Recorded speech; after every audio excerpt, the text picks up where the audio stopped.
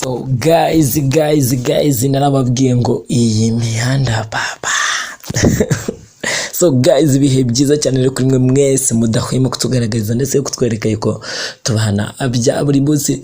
Ino akaba ari umwami w'umwana official, of course nge murabizi ndi umwami muto cyangwa se unyite musaza wabo Simba. So guys andi mabanga mutamenye kuri Diamond Platnumz yose ndayazanye. Yose hanze uko byagenze kugira ngo ubukwe bwa Diamond Platnumz bupfe.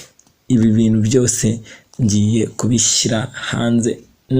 Ntago mwari mubizi ko Diamond Platnumz yarafite ubukwe bugapfa. Se byagenze gute? Ese yaragiye gushaka nde? Ese byagiye hanze gute? So guys reka nkutse ukanda subscribe no utarayikana ndakwinginze, ariko nta kantu koroshye so gukirikaho gusa reba hepfo